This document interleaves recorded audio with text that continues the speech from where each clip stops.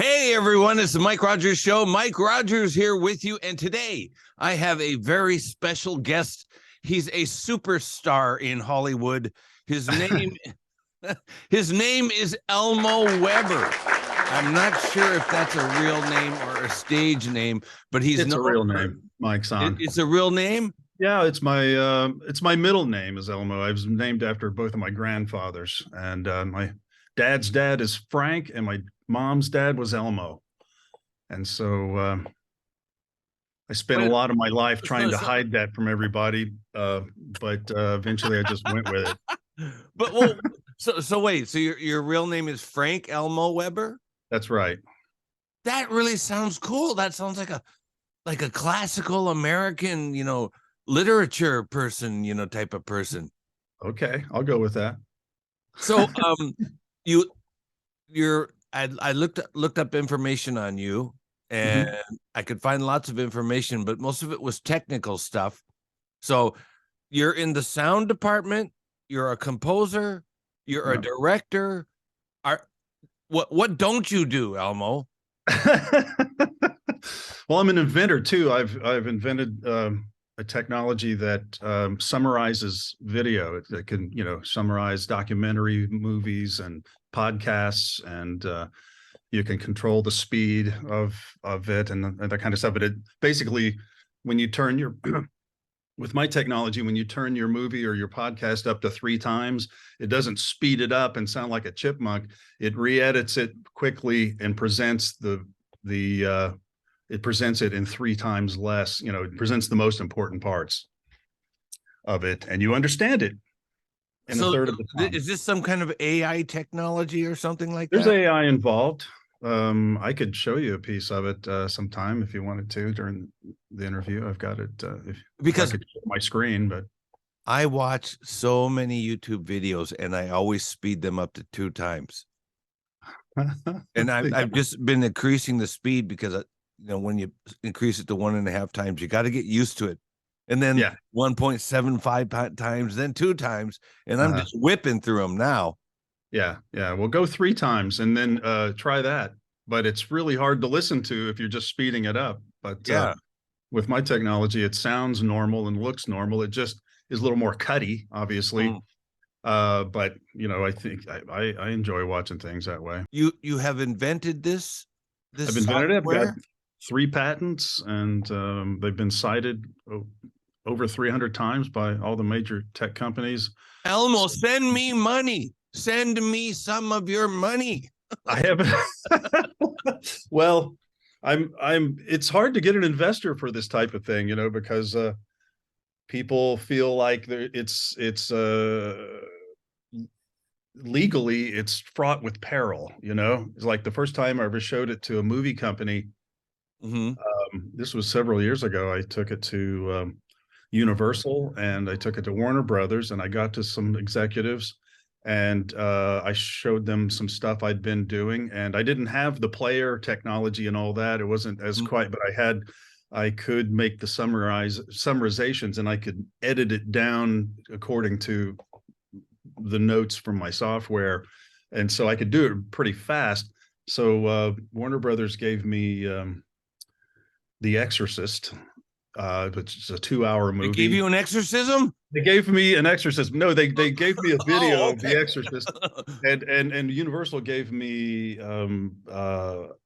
Animal House. Okay, the comedy. I love both those movies. And so, I would come back in 48 hours with a version that was 1/4 the length, and they were amazed. It's a 30-minute version of a 2-hour movie, with The Exorcist, and they were pretty excited about it until they talked to their legal department.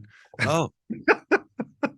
And then everyone's worried about the directors, of course, and the director's final cut and all that stuff, But what I'm looking for are, a client. Now it's streaming, so I think the time is right, and there are companies like Netflix that own a lot of their own stuff, and and things like documentaries and podcasts aren't quite as precious to people artistically or whatever as there's more information oriented news, that kind of stuff. So it'd be great to be able to, as soon as the newscast is over, you could grab a controllable version of it. You can, so you speed it up and slow it down just like a podcast. So as you when you start watching it, you can speed it up to whatever, it re-edits really quick and starts playing. And then if you want to slow it down a little bit, it just, you do it and it just re-edits and starts playing right there from where you were. I think Elmo, probably a better place to go talk to for funding or financing or whatever would be Google or YouTube. I've talked to Google, but they've got their own, I don't know what they're doing. It's like nobody seems to be trying to do movies and documentaries. They've got some kind of automatic summarization, but it's mostly has to do with text and things, you know. Yeah, I don't know. It seems like I've shown it to Amazon. I've shown it to but you don't want to work with Amazon. Yeah, I know. I was kind of afraid about that. But I don't want to say no, but that's a wonderful company. I love them. I buy from them all the time. Yeah. So but anyway, it's pretty interesting. I'll have to show it to you sometime. Yeah, let me think about that. I know some very high up people at these companies. Okay. I can just mention it to him, like, yeah, I know this guy. He's got this new technology. I have to throw AI in there because that's like the catchword now, right? Oh yeah, everything's AI now. You know, but you know, AI is very useful, especially in gathering information from the videos. And there's some things that it's very useful for in terms of just, you know, various parts of the algorithm. But I got to say that in its existing form, most of the actual summarization algorithm is logic, because it's a bunch of statistics, you know. But you could definitely train AI with my software. It's lots of parameters, there's lots of segmentation, there's a lot of things that you could really teach AI with. So are you a what do you call it, a big backer of AI, or kind of flop? No, but I'm interested. I'm interested in it. I'm kind of studying it. And well, I think, okay, this is just my opinion. I think AI is terrible. And the reason why I think that is, for example, there's Google and Google Translate. And then if you use Google Translate to translate English into Japanese, it's terrible. Yeah. It will say, if you say something like, you know, hey man, I'm sorry, it'll come out with it'll come out with something like, you know, you're a nice guy. Okay. In Japanese. And AI Google is so bad. I think it's a troll device. They're trolling people. Well, you know, AI has caused quite a bit of damage to our society. I mean, through social media and the addictive algorithms that it creates, in terms of, you know, the addiction that it can create by learning about what we like and don't like, and what we'll respond to, and then you can turn around and brainwash us with things that so that advertisers want us to know, and other people, politicians, you know. So yeah, that's really weird. I did an interview with a guy the other day, and he wasn't talking about smoking. He was just saying something like, you know, my friend had a cigarette, and the next day after that video went up, there were ads for Japan Tobacco Company all over my YouTube account. And I was really surprised. And I was like, well, why is this happening? And my wife said, oh, that guy said cigarette the other day. And then we translated it into Japanese. and then the algorithm can read tobacco, and that's how you say it a cigarette in English or Japanese. Yeah. And it just showed up, and I was so surprised. And I see that all the time. Like I could just say, "Hey, should I take the dog for a walk? Where's the dog collar?" And then I come back, and all of a sudden there's ads for dog collars. Yeah, I know. You got Alexa listening. We have a couple of Alexas around here, and we're always thinking, yeah, they're just recording all the time. You know, they're definitely, as far as I'm concerned, listening to us all the time. Really? I think so. Yeah. In Japan, Alexa is not popular at all. I don't know anyone who has one. Oh, really? The Japanese are very what do you call it? Privacy conscious, much more than Americans. You would be surprised. Yeah. They won't have a device like that in their house because they think it's spying on them. Well, maybe it is. Right. They're probably right. Yeah. But most smart TVs spy on people too. You know, they got cameras. Yeah, I know. And things, you know. Yeah. They got a hard drive in them. So I don't have a TV, Elmo. I don't have a TV. I have no Alexa. I haven't watched TV in 25 years. And so I'm very surprised when dog collars come up on Google or YouTube. Well, they have something else then. Some other piece of technology in your house has some microphone in it. Well, and I never buy anything. But anyway, so I'd like to, well, there's a lot of things I want to talk to you about. I'd like to talk about your music. Okay. I run a radio show on WFMU, Sheena's Jungle Room. It's called Color Red Radio, and I've been playing you every week for like 8 months, I think. Great. You know that, right? I do. So, and the reaction from the listeners is awesome. Wow. Thank you. That's great. So, you make these songs. Is this just like your fun, or you're going to release a record, or what are you doing? What are you doing? Let me know. Send me money, Elmo. Yeah, the stuff that you like, that I do is kind of my favorite stuff that I do. And it's not very commercial, and a lot of it contains pieces of other songs. Right. And some of them are completely made of other songs, as you know. And so I can put them on YouTube.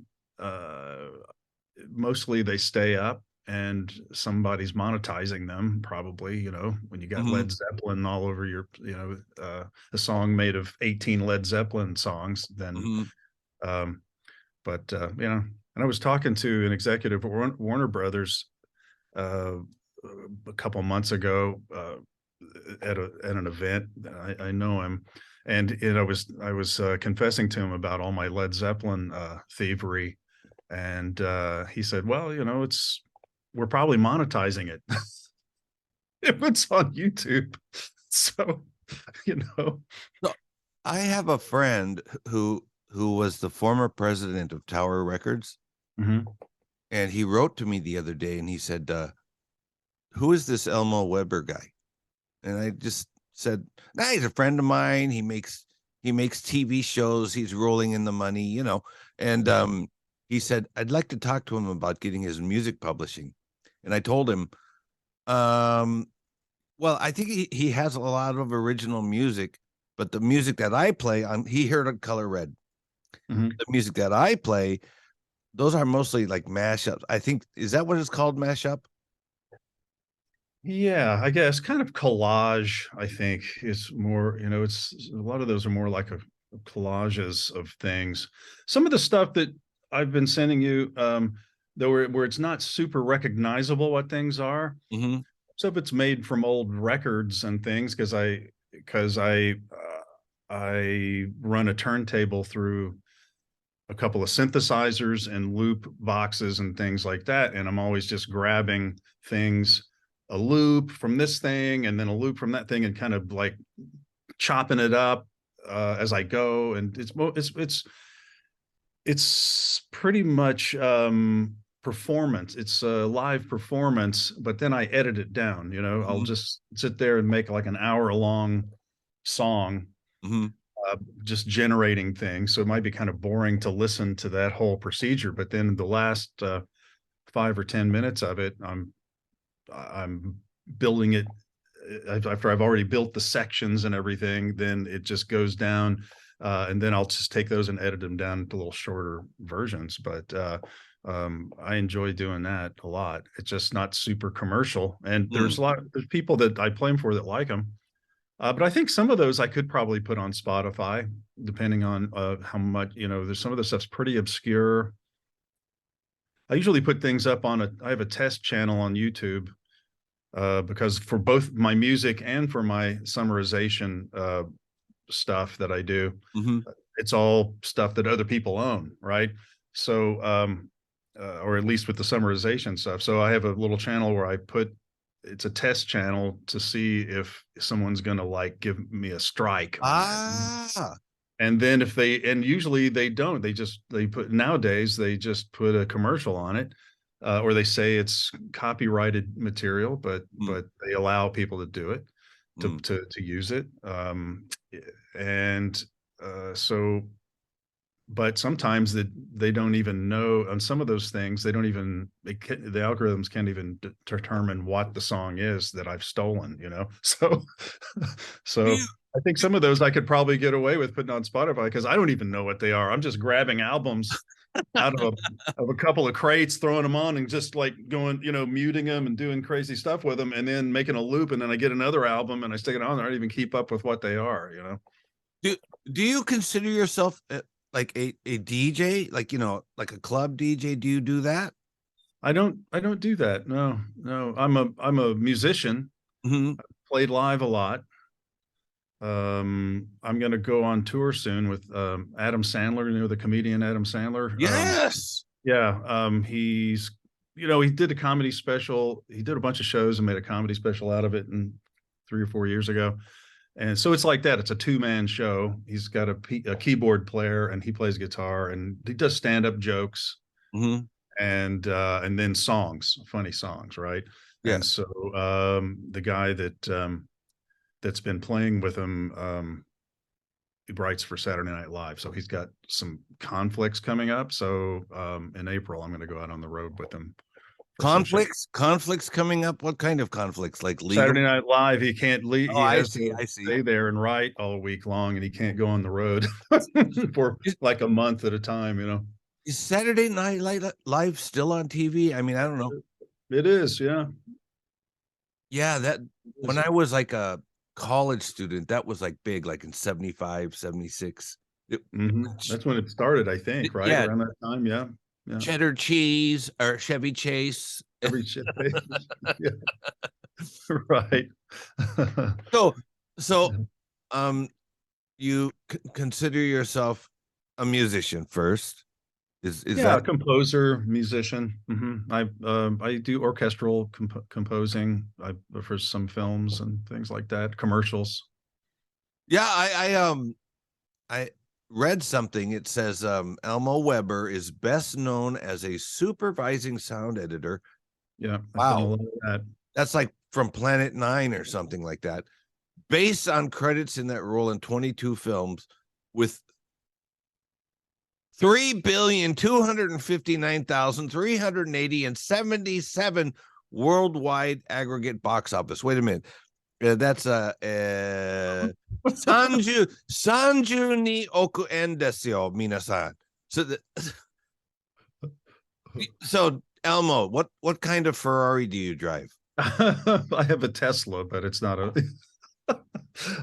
Ferrari. But so I'd rather have a Tesla, actually, though. What is a supervising sound editor? Well, in that realm, a movie has sound. You're a director. You know that there's a certain amount of sound work that has to be done. I'm not a director, Elmo. Oh, okay. You're a producer. I'm a babysitter. It's true. Well, someone has to edit some sound, and sometimes, depending on the budget of the film, sometimes it's the picture editor, but then it's also there should be a mix. But on like really big, on most films of a certain budget, there's a lot of sound effects, Foley and stuff that's cut. There's dialogue needs to be smoothed out, and there's ADR shot from the actors that has to blend. Wait a minute, what's ADR? It stands for automated dialogue recording, which I don't understand why it's that. It's an old term, but it's stuck. But basically, it's when you bring the actor into a studio and there's some line that has some plane flying over or some kind of crazy thing you can clean up, or they're changing what the line is, right? And so you bring an actor in and mic it and record them saying it, and then you have to match it in and make it sound seamless, like it's part of the actual dialogue that was shot on the set. So you're doing, and then I'm a mixer too. So I've mixed a lot of movies, a lot of documentaries, a lot of some pretty big movies where you choose what goes in the surrounds, what speakers everything goes into. So if someone can understand the dialogue because of the music, it's a guy like me that messed up. Oh, so you do the overall sound for everything, like you're doing the voices, the music, and the background sound. I supervise a crew of editors that edits all the different things, and I edit myself. But there's a lot of hand holding and a lot of political stuff I have to deal with, and money things and all that kind of stuff, union problems and things like that. So, but I supervise it, and usually mix quite a bit of the things. I haven't mixed much in the last couple of years because I'm spending more time on my invention. And so I need a little more bandwidth for my brain. So as the supervising, anyways, this sounds like in English or in Japanese, you would be like they would call you a sound stylist. Oh, was that okay? I think. Yeah. Sound design, sound design, sound stylist. You make it sound the way with the director, producer's vision wants it to be, or I mean, sometimes you have to show them the way it needs to be. It just depends. Every job's a little bit different, but it's a lot of work. There's literally hundreds and hundreds of tracks of sounds that have to be cut and blended together. Wow. Yeah. I've actually sat while somebody was doing that, and I'm working on indies productions, so there's like no money, so everything's do this, turn that up, turn this down, kind of a thing. I've done a lot of independent films. I started off in independent films and still try to, I've got my own mixing studio, so I can do a low budget film if I have time and want to do it, and have that's really cool, Elmo. I believe the future is of course, an independent film. And the reason why I believe that is because out of Hollywood now is so many like Marvel comic movies, that kind of stuff. Yeah. I don't really like, I don't like that at all. And the reason being, when I was a kid, I loved Marvel comics. So I've read every single one of those stories. When the first time I saw Silver Surfer, we were at a hotel and it was raining outside. My son, he was like, I don't know, 6 or 7 years old. And we turned on the TV and there was Silver Surfer on. And I was like, wow, Silver Surfer. Like I said, I don't have a TV, so I never watch TV. So we turn it on. So we start watching the movie. This is great. And then I started thinking like, wait a minute. I read this comic when I was a kid, and it was the same story. No storyboarding, none of that. They just got the comic. That's all they need. Yeah. It's a gold mine, Yeah. when they started making movies, for sure. So anyway, Elmo, I'd like to end part one here, and I'd like to come back and talk to you about Indy's film. I'd like to talk to you about going on a tour with Adam Sandler and a bunch of other cool things that you're doing now. Thank you so much for being here with part one. Okay. Ladies and gentlemen, part one of the one and only sound department composer, director, music guy who steals songs to make cool tracks on my radio show, Mr. Elmo Weber. If you like this video, go down here, click like and subscribe, and please leave a comment. And we'll see you back here tomorrow. Thanks, Elmo. Thank you, Mike.